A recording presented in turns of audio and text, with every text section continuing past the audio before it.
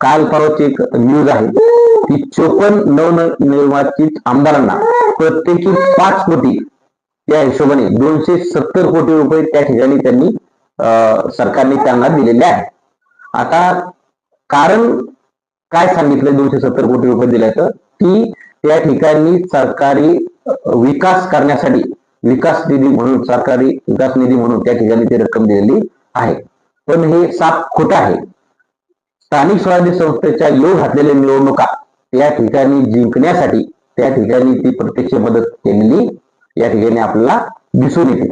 मी काय म्हणतो, मराठवाडा या ठिकाणी अतिवृष्टीने शेतकऱ्यांच्या अतोनात हाल झालेले असताना 54 आमदारांना 270 कोटी रुपये देण्याची काय गरज होती? हेच 270 कोटी जर त्या ठिकाणी प्रत्येक शेतकऱ्या कुटुंबाला एका शेतकरी कुटुंबाला 1 लाख रुपये जर त्या ठिकाणी सरकारने दिले असते तर 27,000 शेतकरी कुटुंबाची दिवाळी ही गोड झाली आहे. 27,000 शेतकरी कुटुंबाची दिवाळी गोड करण्याचा त्या ठिकाणी सरकार प्रयत्न करू शकला असतं.